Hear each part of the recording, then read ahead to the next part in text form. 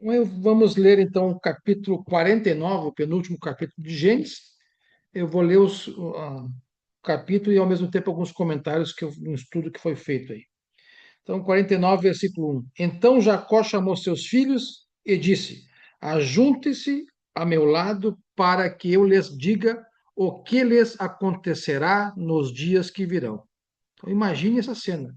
Os 12 filhos de Jacó, reunidos com o pai, ele vai dar a bênção para os filhos aqui. Reúnam-se para ouvir, filhos de Jacó, ouçam o que diz seu pai Israel. Rubem, você é o primogênito, minha força, o primeiro sinal de meu vigor, superior em honra, superior em poder, mas é turbulento como as águas. Já não será superior, porque você subiu à cama de seu pai. A meu leito eu desonrou, né? Subiu à cama de meu pai, ao meu leito eu desonrou. Então, essa foi a benção, né? As palavras de Jacó, o filho Ruben. Então, primeiro comentário sobre Ruben.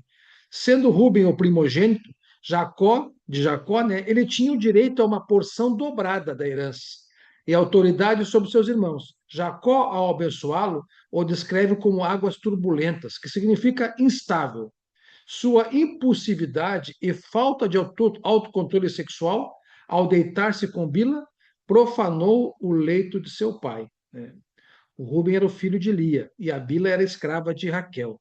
Como consequência, ele perdeu o direito da primogenitura, na bênção, que foi dividida, sendo o cetro dado a Judá, da onde vai vir Jesus Cristo, né, da tribo de Judá, o controle, o rei de todo o povo de Israel, e a porção dobrada em terras, né, material, foi dada a José. Nós vamos ver aqui. Então, essa foi as palavras então, de Jacó a Rubem. Ele fala agora junto a Simeão e Levi. Então ele fala: Simeão e Levi são irmãos. Estou imaginando essa cena, né? Simeão e Levi, vocês são irmãos. Suas espadas são armas de violência. Que eu não entre no conselho deles, nem participe da sua assembleia, porque em sua ira mataram homens ao seu bel prazer, aleijaram bois, cortando-lhes o tendão. Maldita seja a sua ira, tão tremenda, e a sua fúria, tão cruel. Olha o castigo aqui, né? Eu os dividirei pelas terras de Jacó, e os dispensarei em Israel. Então, um comentário aqui sobre Simeão e Levi, sobre essa bênção, essas palavras de Jacó a eles, né? Jacó profere palavras duras sobre Simeão e Levi, repreendendo a violência de ambos contra os siquemitas, que vimos lá em Gênesis 34, né? Quando o Siquém violentou a irmã deles, eles foram a revanche, né? Ele profetiza que, devido à ira descontrolada de ambos, eles teriam suas tribos dispersas e divididas em Israel. Essa profecia cumpriu-se com a dispersão de ambas as tribos. A tribo de Simeão recebeu territórios isolados dentro de Judá. Está lá em Josué, capítulo 19, versículo 1. Nós vamos ver na sequência da leitura bíblica, quando Josué conquistar lá Canaã, as terras, e dividir os povos, né? Enquanto a tribo de Levi, por sua fidelidade posterior, recebeu cidades espalhadas em todo Israel, atuando no serviço sacerdotal. Nós vamos ver isso também na sequência da leitura bíblica. Embora a profecia inicial para a tribo de Levi fosse negativa, como acabamos de ver aqui, ela foi posteriormente abençoada por Deus, tornando-se a tribo sacerdotal, demonstrando que o caráter pode ser moldado e a desonra transformada em serviço. Isso é importante, uma lição aqui, ó. O caráter pode ser moldado e a desonra transformada em serviço. Então, todo irmão que está aqui, que é batizado, todo irmão que vai assistir, irmão e irmã que vai assistir essa gravação, o caráter após o batismo deve ser moldado em Cristo. E a desonra de um pecador, uma pessoa do mundo, é transformada em serviço para a honra e glória de Deus. Então, um exemplo que a gente aprende aqui nessas palavras de Jacó, Simeão e Levi. Então, o quarto filho, então, Simeão e Levi, eles eram filhos de Lia. Judá agora, Judá é o quarto filho, né? É o quarto filho, Judá também é filho de Lia. Ele fala a Judá: Judá, Seus irmãos o louvarão. A tribo de Judá, Jesus Cristo, já começa a imaginar aqui essa profecia, né? Seus irmãos o louvarão. Sua mão estará sobre o pescoço dos seus inimigos. Os filhos de seu pai se curvarão diante de você. Judá é um leão novo. Você vem subindo, filho meu, depois de matar a presa, como um leão que se assenta e deita-se como uma leoa. Quem tem coragem de acordá-lo? O cetro não se apartará de Judá, nem o bastão de comando de seus descendentes, até que venha aquele a quem ele pertence. Né? Está falando de Jesus. Até que venha de Jesus, o cetro está com Judá, a tribo de Judá. E a ele as nações obedecerão, ou seja, a Jesus Cristo. Então, um comentário aqui de Judá. Jacó traz uma bênção profética para Judá, pois sua tribo seria líder e ancestral do Messias Jesus. Judá é comparado a um leão que simboliza força, coragem e dominação entre as tribos. O cetro não se apartará da tribo de Judá, pois a linhagem real de Israel viria de Judá. Viria de Judá, Davi até Jesus. A vinda daquele a quem pertence o cetro significa a vinda daquele a quem pertence o reino, Jesus. Jesus é o rei no seu reino eterno de Deus. Então ele profetiza também a abundância, a prosperidade nas terras de Judá.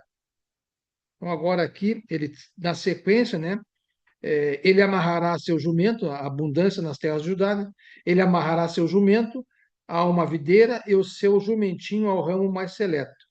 Lavará no vinho as suas roupas, no sangue das uvas, as suas vestimentas. Seus olhos serão mais escuros que o vinho, seus dentes mais brancos que o leite. Então, essa foi a profecia que ia ajudar. Ele vai dar agora a profecia a Zebulon, que é um outro filho de Lia. Zebulon morará à beira-mar, se tornará um porto para os navios. Suas fronteiras se estenderão até Sidom. Uma coisa bem rápida que a fala de Jacó para Zebulon. O que que significa? A bênção de Zebulon é uma profecia de que a sua tribo habitaria uma região estratégica entre o mar Mediterrâneo e o mar da Galileia, servindo como porto para os navios e o centro para o comércio. A tribo de Zebulon prosperou nessa região, tornando-se uma área de grande atividade econômica na terra de Canaã. A tribo de Zebulon foi um povo voltado para o comércio e navegação. Isacar agora. Isacar é filho também de Lia. Isacar. Isacar é um jumento forte, deitado entre as suas cargas. Quando ele perceber como é bom o seu lugar de repouso e como é aprazível a sua terra, curvará seus ombros ao fardo e se submeterá a trabalhos forçados. O que significa essa profecia, Isacar? A bênção Isacar é uma profecia onde o compara a um jumento robusto, que indicava que a tribo seria forte, trabalhadora e paciente. No entanto, a tribo de Isacar preferiria repousar entre os fardos, sugerindo uma tendência à passividade ou comodismo. A tribo de Isacar se estabeleceu em uma região fértil na planície de Esdrelon, que é o vale de Jezreel, e valorizava essa tribo mais a segurança e o conforto material do que a expansão militar. Por causa do desejo de conforto, a tribo de Zacar, né, estaria disposta a sujeitar-se a trabalhos forçados ou a tributos estrangeiros, priorizando a estabilidade agrícola ao invés de liderar guerras. Nós vamos ver isso na sequência das lutas, né, do povo de Deus. Então, isso foi a bênção a Isacar. Agora ele vai dar a bênção a Dan. Dan é filho de Bila, que é serva de Raquel. Dan. Dan defenderá o direito de seu povo, como qualquer das tribos de Israel. Dan será uma serpente à beira da estrada, uma víbora à margem do caminho, que morde o calcanhar do cavalo e faz cair de costas o seu cavaleiro. Ó Senhor, eu espero a tua libertação. Comentários sobre essa profecia para Dan. A bênção Adã o descreve como juiz defendendo os direitos de seu povo, mas também como uma serpente astuta e perigosa no caminho, capaz de derrubar cavaleiros, indicando um estilo de guerra estratégico e traiçoeiro. Sansão, descendente da tribo de Dan, foi um juiz que libertou Israel dos filisteus. A tribo de Dan frequentemente se desviava, sendo associada cedo à idolatria e à rebelião contra Deus. agindo de forma traiçoeira, semelhante a uma víbora, em vez de um juiz justo. Dan se desviou na época dos juízes e também dos reis. Inclusive, foi estabelecido um bezerro de adoração em Dan e Betel. Nós vamos ver isso na sequência da leitura nos fatos históricos, né? Contexto histórico.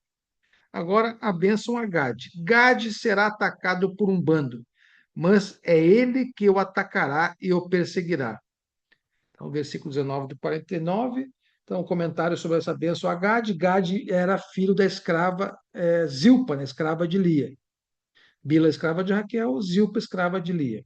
A bênção a Gade traz a profecia de que a tribo de Gade seria guerreira, enfrentando constantes invasões de inimigos, mas prevaleceria no final, assim, então venceria, contra-atacando e vencendo batalhas. A tribo de Gade vai se estabelecer a leste do Rio Jordão, uma região exposta a invasões frequentes de povos nômades como os amorreus.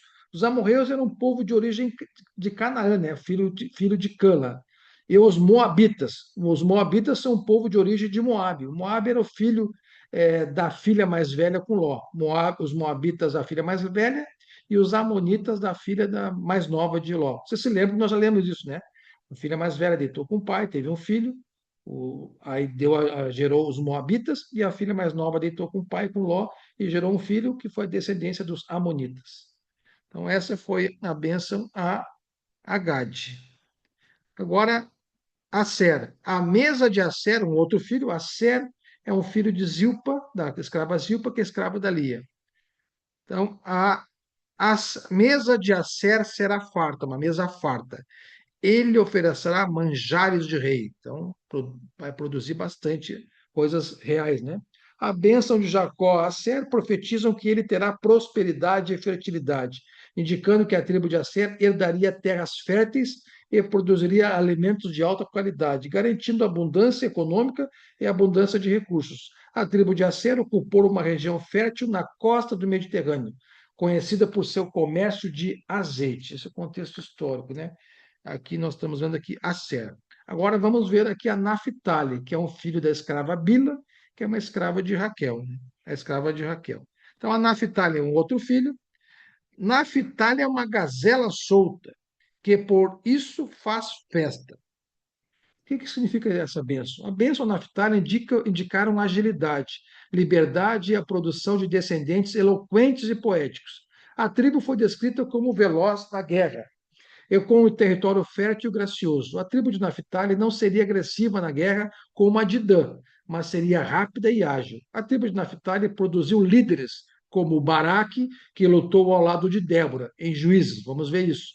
Além disso, a região de Naphtali foi o local principal do ministério de Jesus, na Galileia, onde ele proferiu as palavras mais belas na mensagem do reino. Então, essa vem aqui a bênção, então, a Naphtali. Agora, José. José é o filho de Raquel, o primogênito de Raquel. O mais velho que o mais novo é o Benjamim. Então, José é uma árvore frutífera à beira de uma fonte, cujos galhos passam por cima do muro. Com rancor, arqueiros o atacaram, atirando-lhe flechas com hostilidade. Nós vimos a vida de José, que foi difícil, né? Mas o seu arco permaneceu firme, foi firme ao Senhor. Os seus braços fortes, ágeis para atirar, pela mão do poderoso Jacó, né? Deus estava com ele. Pelo nome do pastor, a rocha de Israel. Pelo Deus de seu pai, que ajuda você, o Todo-Poderoso que o abençoa, com bênçãos dos altos dos céus, bênçãos das profundezas, bênçãos da fertilidade e da fartura. As bênçãos de seu pai são superiores as bênçãos dos montes antigos, as delícias das colinas eternas, que todas essas bênçãos repousem sobre a cabeça de José, sobre a fonte daquele que foi separado de entre seus irmãos. Olha essa bênção que José teve, né? Nós vimos a história bonita de José, sofrida, que serve de exemplo para nós, né? Foi fiel até a morte, José. E Deus o abençoou. Olha que rica bênção. Vamos ver aqui. A bênção de Jacó, José, o descreve como um ramo frutífero junto à fonte, cujos galhos superam os muros, ultrapassam fronteiras. Ele ultrapassou. reinou lá no Egito, né? Simbolizando prosperidade e expansão. A profecia destaca a força de José diante das perseguições dos inimigos, sustentada pelo poderoso de Jacó, resultando em bênçãos abundantes e de distinção. O ramo do frutífero significa a frutificação e o crescimento da descendência de José, se referindo às tribos de Efraim e Manassés. Nós, se lembra que lá quando Jacó abençoou Efraim e Manassés, abençoou como se fossem filhos seus. Tanto que nós vamos ver lá na divisão das terras, as terras serão dobradas a José, dando a Efraim e Manassés. E junto à fonte, isso indica que sua força vinha de Deus, né? A força de José vinha de Deus.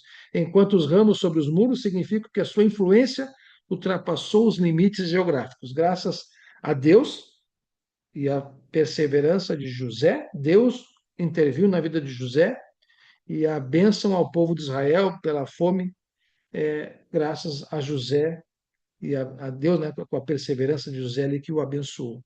Então, essas bênçãos maravilhosas a José.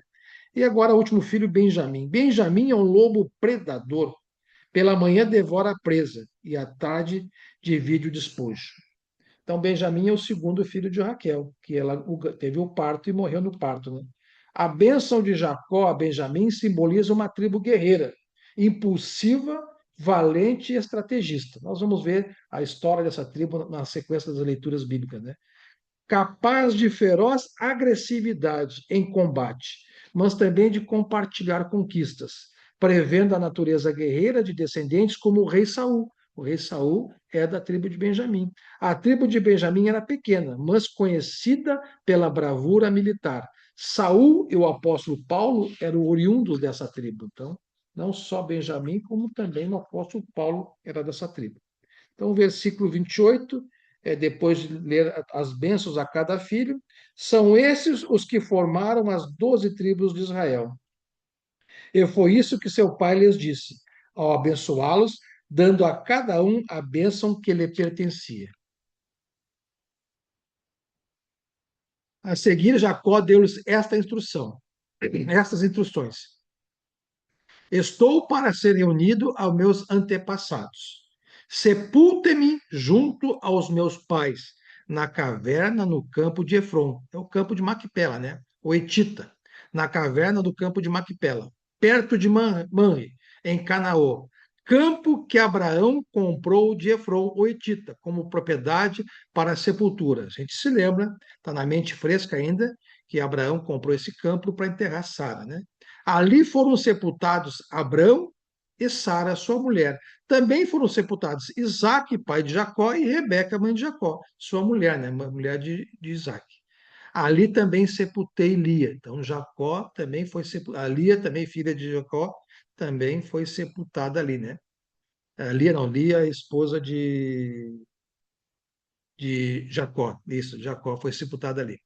Tanto o campo como a caverna que nele está foram comprados dos hititas. Lá Abraão comprou, a gente se lembra disso, né? Ao acabar de dar essas instruções a seus filhos, Jacó deitou-se e expirou.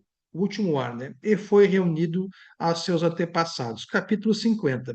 José atirou-se sobre seu pai, chorou sobre ele e o beijou. Em seguida, deu ordens aos médicos que estavam ao seu serviço, que embalsamasse seu pai Israel. E eles o embalsamaram. Levaram 40 dias completos, pois esse era o tempo para o embalsamento. E os egípcios choraram sua morte 70 dias. Passados os dias de luto, José disse à corte do faraó: Se posso contar com a bondade de vocês? Falem com o Faraó em meu favor. Digam-lhes que meu pai fez-me prestar-lhe o seguinte juramento: Estou à beira da morte. Sepulte-me no túmulo que preparei para mim na terra de Canaã. Agora, pois, peçam-lhe que me permita partir e sepultar meu pai. Logo depois voltarei.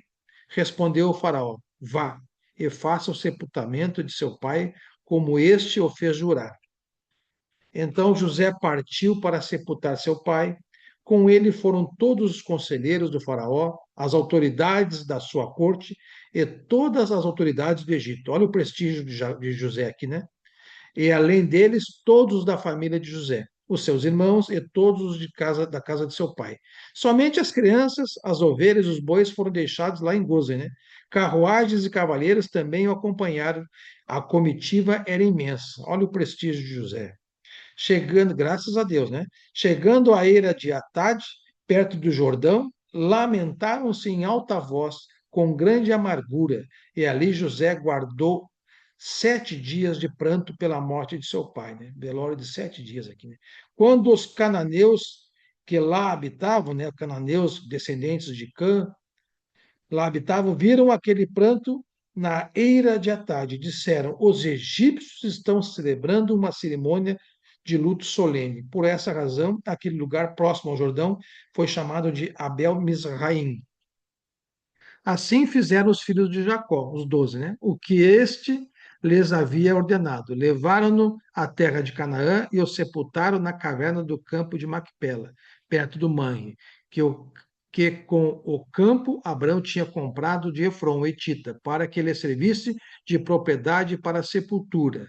Depois de sepultar seu pai, José voltou ao Egito com seus irmãos e com todos os demais que o tinham acompanhado. Vendo os irmãos de José que seu pai havia morrido, disseram: olha o medo deles, né? Não acreditaram no perdão de José. Isso entristeceu José.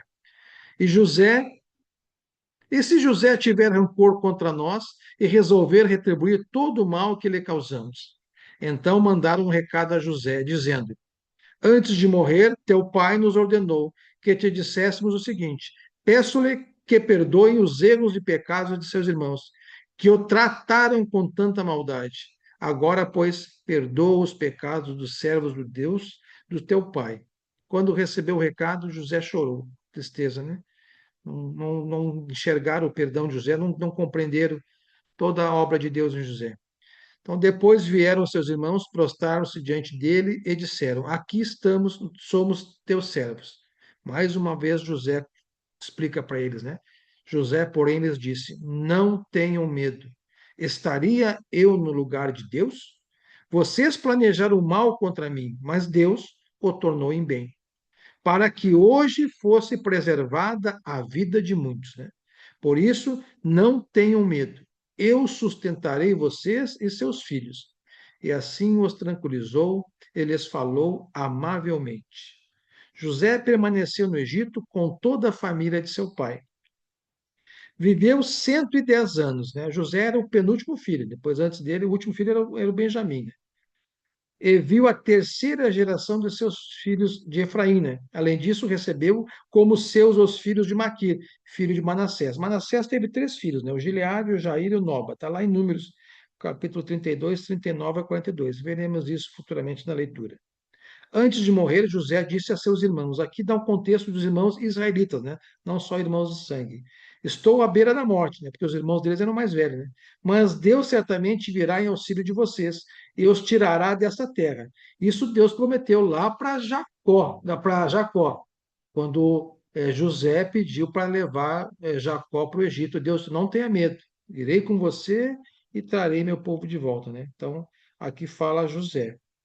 Estou à beira da morte, mas Deus certamente virá em auxílio de vocês. E vai vir 430 anos depois, né? Eu os tirará dessa terra, levando-os para a terra que prometeu com juramento a Abraão, a Isaque e a Jacó. E José fez que os filhos de Israel lhes prestassem um juramento, então o povo de Israel, né? Dizendo-lhes: quando Deus intervir em favor de vocês, levem os meus ossos daqui. Nós vamos ver que Moisés cumpriu isso, né? Está lá em Êxodo capítulo 13, versículo 19.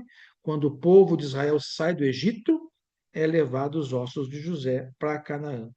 Morreu José com a idade de 110 anos e depois de embalsamado foi colocado num sarcófago no Egito.